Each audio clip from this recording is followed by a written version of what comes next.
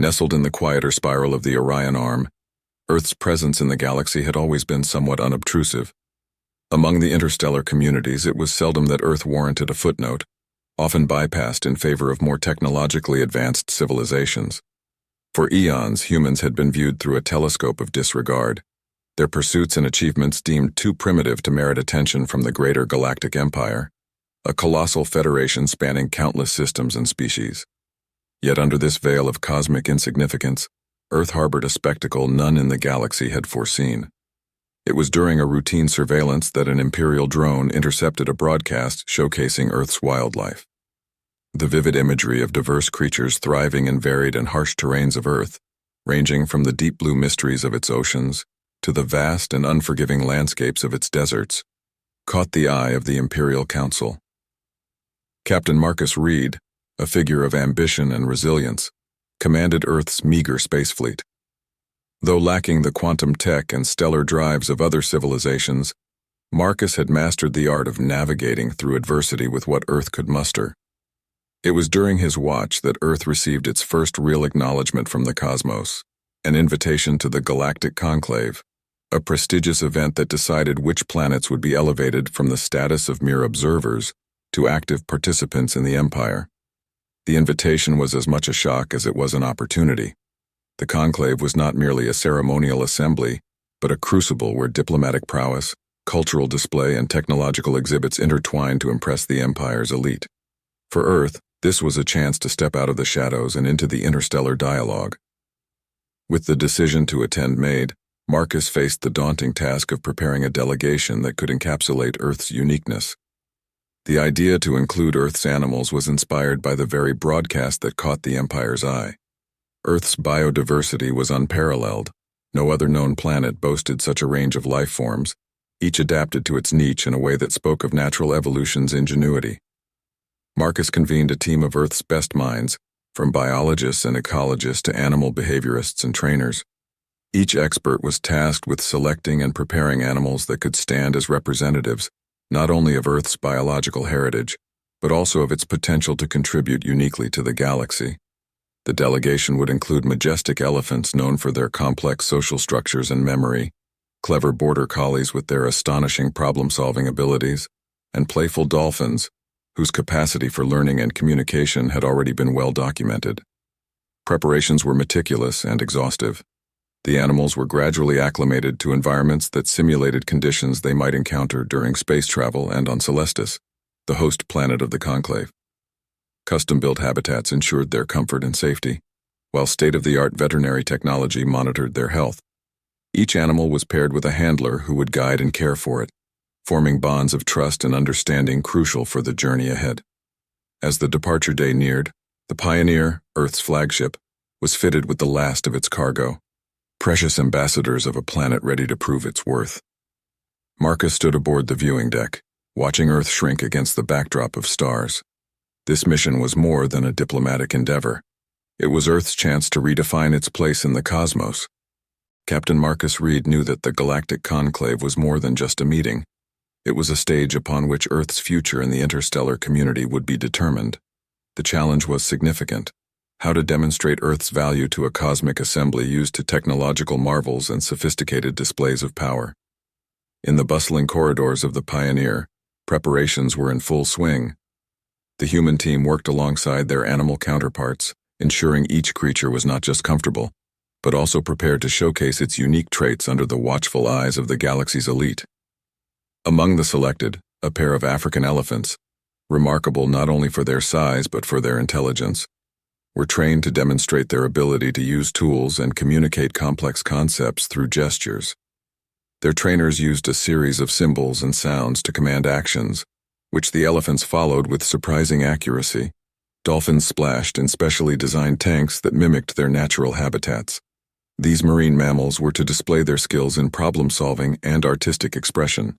Equipped with a system that translated their clicks and whistles into audible speech, the dolphins would offer a direct demonstration of interspecies communication. On the canine front, a team of border collies rehearsed a series of tasks that involved agility and tactical decision-making. Their ability to understand and execute complex commands would be a crucial part of Earth's presentation. One exercise involved a simulation where the dogs had to navigate through a maze to retrieve items and deliver them to their handlers. The scientific team, meanwhile, collected data and prepared presentations on the evolutionary biology of each species, highlighting how Earth's diverse environments had shaped these creatures into embodiments of adaptability and resilience. The data included high-definition imagery and interactive holograms that could be manipulated by conclave attendees to view anatomical details and behavioral patterns. Marcus also took it upon himself to ensure that the human delegates were as prepared as the animals. Workshops on interstellar diplomacy were conducted by experts in xenopsychology, teaching the team how to interpret alien body language and etiquette. Cultural officers briefed everyone on the histories and customs of the major players in the Galactic Empire, ensuring that no faux pas would undermine Earth's efforts. In the evenings, Marcus held briefings with his team, discussing strategies and potential scenarios they might encounter. The importance of unity and coherence in their presentation was stressed repeatedly. Every member, human and animal alike, was part of a narrative that spoke of Earth's unique place in the cosmos. As the Pioneer neared Celestis, the mood among the crew was a mixture of nervous excitement and determination. They were not just ambassadors of Earth, they were pioneers of a new frontier, representing a planet that had much to offer beyond its technological capabilities. In his private quarters, Marcus reviewed the final details of their itinerary. The opening ceremony, the presentations, the informal meet and greets. It was all orchestrated to build a case for Earth's inclusion in the Galactic Empire. Every moment was an opportunity, and every interaction a stepping stone towards gaining respect and recognition. Lying awake in the quiet before arriving at Celestis, Marcus felt the enormity of their mission. Success would mean opening doors to technological aid, defensive alliances, and economic opportunities that could accelerate Earth's development by centuries. Failure was not an option he was willing to entertain. As the stars streaked past the viewport, a deep resolve settled in him. Earth might be a small part of the galaxy, but it was ready to make a big impact. The arrival of the Earth delegation at the Galactic Conclave was a spectacle that few attendees could have anticipated. The Pioneer glided into the grand docking bay of the Conclave's main station orbiting Celestis, its hull gleaming under the bright lights of the spaceport. Marcus Reed stood at the forefront of his team, his expression calm but his heart racing with anticipation. As the airlocks opened, a wave of alien scents and sounds washed over the humans and their animal companions. The station was a sprawling complex, designed to accommodate beings from thousands of different environments, with atmospheres regulated to support a dizzying array of life forms. The Earth delegation was met by a protocol officer, a tall, thin creature from the planet Jorvix, covered in shimmering scales. "Welcome, Captain Reed, and esteemed guests from Earth," it said in a smooth, modulated tone, its translation device converting its native clicks and whirs into English. "I am Silix, your liaison for the duration of the conclave. Please follow me to your quarters and we shall brief you on the upcoming proceedings." Marcus nodded, gesturing to his team to stay close as they followed Silix through the corridors. The walls of the station were transparent in places, offering views of the vastness of space and the rotating Celestis below. Members of various species moved through the station, some floating, some crawling, and some walking on multiple limbs, each moving to the rhythm of their own worlds. The quarters assigned to the Earth delegation were spacious, and had been adapted to suit human needs, complete with an Earth-like atmosphere and gravity. The animals had their own specially designed habitats adjacent to the human quarters, where they could be monitored and cared for by the team. Once settled, Marcus and his team were briefed on the conclave's schedule. The opening ceremony was to be held the following day, where each delegation would be introduced. It would be their first opportunity to make an impression, and the weight of that moment was not lost on anyone. That evening, Marcus walked through the section of the station where Earth's animals were housed. He watched as the elephants interacted gently with their trainers, the dogs ran through last-minute drills, and the dolphins performed acrobatic flips, their movements graceful even in the artificial waters of their tanks. "Remember, it's not just about showing what they can do," Marcus reminded his team. "It's about showing who they are. These animals aren't just examples of Earth's biodiversity, they're ambassadors in their own right." The next morning, the Earth delegation made their way to the grand hall where the opening ceremony was to be held. The hall was a vast, dome-shaped structure filled with delegations from across the galaxy. The air was a symphony of sounds, and the colors were a mosaic of the universe's variety. As Earth was announced, a hush fell over the crowd. Marcus led the way, his team and their remarkable animals trailing behind. The dolphins were first, swimming in a massive suspended tank that was moved gracefully by anti-grav units. Next came the dogs, their keen eyes scanning the crowd, their stance confident. And behind them, the elephants, massive yet serene, their presence commanding immediate attention. The reaction was mixed. Some attendees looked on with curiosity, others with undisguised awe. But all eyes were on the Earth delegation, and as Marcus made his way through the hall, he could feel the tide of perception beginning to turn. This was Earth's moment, a chance to shift from being an underdog to a respected member of the galactic community. As Marcus reached the podium to introduce his planet and its representatives, he knew that the next few days would determine not just Earth's future in the galaxy, but also how the galaxy would come to see Earth. With a steady voice, he began to speak, telling the story of a small planet with a vibrant heart, ready to stand among the stars. The challenge came unexpectedly, just as the initial awe and murmurs had begun to settle among the assembly after Earth's presentation. A towering figure stepped forward from the delegation of Zarkov, a planet known for its fierce warriors and advanced biological engineering. His skin was a deep shade of green, his eyes glinting with a mix of curiosity and disdain. "I am Vorex, representative of Zarkov," he announced, his voice booming across the hall. "While your display is quaint, I must question the relevance of such primitive creatures in our advanced assembly. We propose a challenge, a series of trials to test the capabilities of your pets against our engineered beasts. Only then shall we see if Earth deserves a place among us." The hall erupted in murmurs and whispers. The challenge was a rare event, typically reserved for resolving serious disputes or proving the might of a civilization's technological advancements. Marcus felt a surge of defiance rise within him. Accepting the challenge could either solidify Earth's standing or doom it to ridicule, but declining would signal weakness or lack of confidence. "We accept your challenge, Vorex," Marcus replied, his voice steady. "Let the galaxy see what Earth's creatures can do." Arrangements were made swiftly. The conclave's arena was a state-of-the-art facility capable of simulating any environment from across the galaxy. The trials were set to cover 3 categories: intelligence, agility, and strength.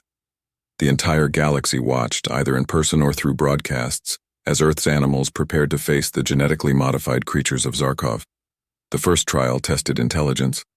Earth's dolphins were pitted against Zarkov's quarrel, aquatic beings whose neural enhancements allowed them to solve complex puzzles in seconds. The task was a series of puzzles that required understanding of basic physics and teamwork. To the surprise of many, the dolphins, communicating through a series of clicks and whistles, solved the puzzles with a creativity and teamwork that the quarrel's straightforward logic couldn't match.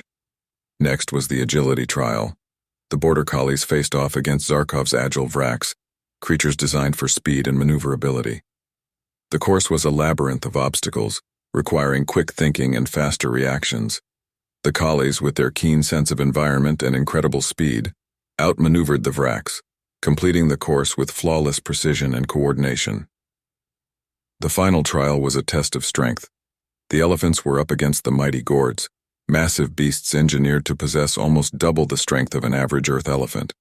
The challenge involved a series of tasks requiring raw power and gentle precision. The Earth elephants, with their intelligent use of strength and cooperative spirit, managed to outperform the gourds, who relied solely on brute force.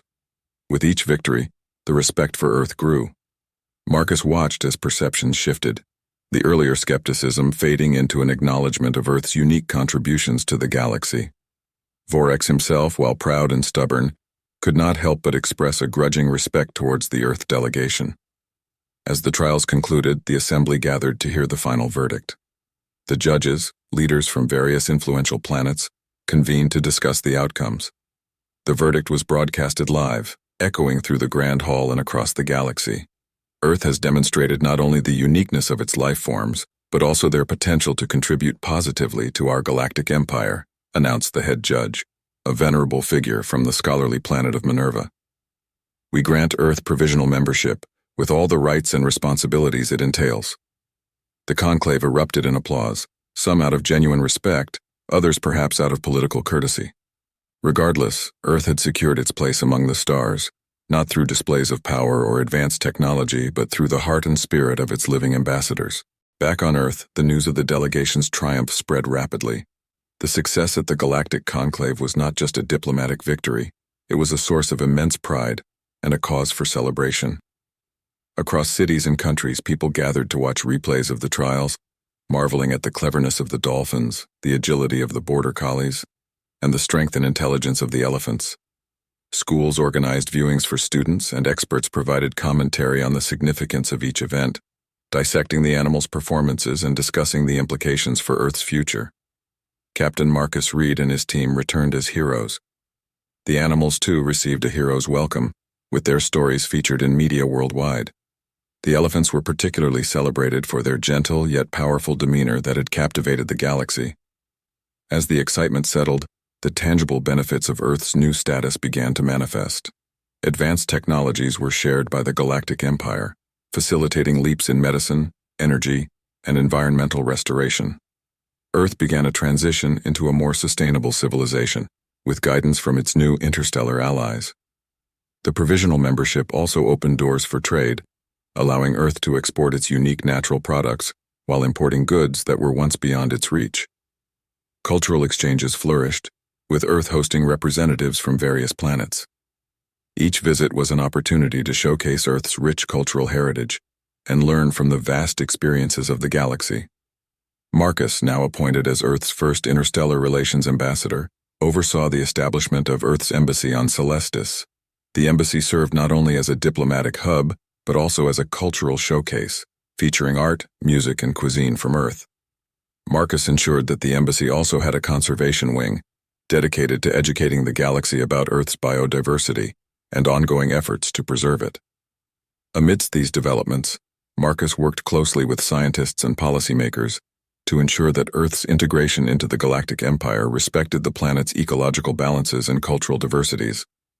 It was a delicate task, balancing the influx of alien technologies with traditional ways of life, but the potential for a brighter future drove their efforts.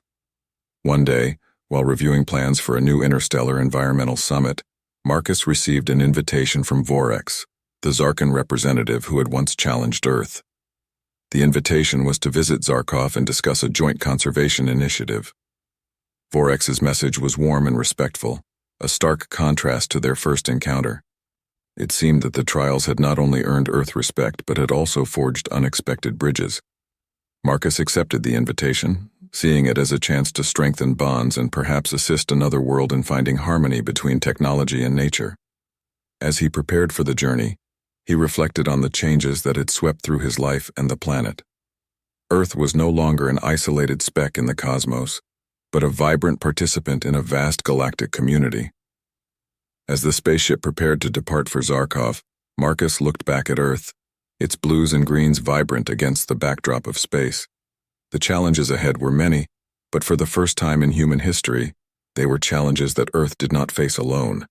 The galaxy was watching, and Earth was ready to contribute its voice to the symphony of interstellar civilization. As Earth solidified its place in the interstellar community, Marcus Reed's journey to Zarkov symbolized the newfound aspirations and responsibilities of his world. The trip was not merely diplomatic, it was a testament to Earth's commitment to fostering partnerships based on mutual respect and shared goals. Upon arriving on Zarkov, Marcus was struck by the stark contrast between the two planets. Zarkov was a world of towering structures and vast technological landscapes, a far cry from the natural beauty of Earth. The planet's focus on bioengineering was evident in everything from their architecture to the modified flora and fauna that inhabited the urban sprawls. Vorex greeted Marcus warmly, a gesture of genuine respect that marked a new chapter in the relations between their worlds. Your victory at the conclave was not just a win for Earth, Marcus, but a lesson for us on Zarkov, Vorex admitted as they toured a conservation facility designed to replicate various planetary ecosystems. We have much to learn from how you balance technological advancement with ecological preservation. The discussions between Marcus and Zarkovian officials were fruitful, centering on the establishment of an interstellar conservation network. Marcus shared insights from Earth's efforts to reintegrate species into their natural habitats and manage the ecological impacts of technology. In return, Zarkov offered to assist Earth with genetic technologies that could help restore species that were on the brink of extinction. Back on Earth, The news of Marcus's collaborative projects sparked a wave of innovation among scientists and conservationists. Inspired by the potential of interstellar cooperation, they worked on new projects that ranged from climate engineering to wildlife protection, each initiative backed by the technological might and ecological knowledge of Earth's galactic allies. The success of these initiatives led to Earth hosting the first Interstellar Environmental Summit. Representatives from various planets gathered to discuss global strategies for sustainable living. Earth's experience, once considered primitive, now provided a foundation for a galactic approach to conservation. The summit was a mosaic of cultures and ideologies, each learning from the other's triumphs and challenges. Marcus, speaking at the event, emphasized the importance of unity and diversity. Each planet, each species has unique challenges, but in our shared commitment to preservation and sustainability, we find common ground. Together, we can create a galaxy where technology and nature exist in harmony. The summit concluded with the signing of the Celestis Accord, a multilateral agreement focusing on environmental standards and technological sharing to ensure the health of planets across the galaxy. Earth, once a silent observer in the cosmos, was now a leading voice in promoting interstellar ecological ethics. In the years that followed, Marcus continued to travel across the galaxy, spreading Earth's message of balance and biodiversity. With each mission, he saw the ripple effects of Earth's integration into the galactic empire, from improved ecosystems on distant planets to enhanced understanding and cooperation among different species. Reflecting on his journey, Marcus realized that Earth's story was no longer about a lone planet fighting for recognition, but about a community learning to thrive together. The challenges remained vast, but the collective efforts of the galactic community promised a future where the stars were reachable, not just in the physical sense, but in their potential for sustained shared growth. As Marcus looked out at the stars from his office on Celestis, he knew that Earth's journey was just one part of a larger, ongoing story, a story of unity, respect, and mutual custodianship of the cosmos. The galaxy had not just welcomed Earth, it had embraced its spirit, ensuring that together they would navigate the complexities of the universe as partners in the dance of celestial stewardship.